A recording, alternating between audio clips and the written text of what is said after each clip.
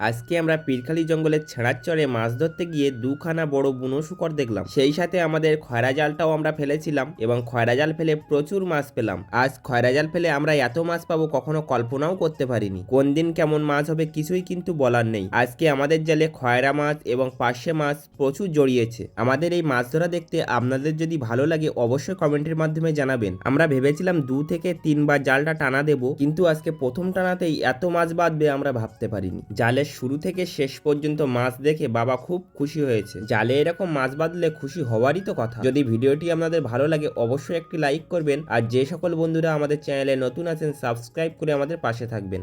আজকে জাল থেকে মাছ ছাড়াতে ছাড়াতে আমাদের অনেকটাই রাত হয়ে গেছে, আর সবশেষে মাছগুলো আপনাদেরকে একটু দেখাই। আরে সর্বনাশ, পুরো একবার মাছ খয়রা জাল ফেলে এই মাছগুলো আমরা পেয়েছি।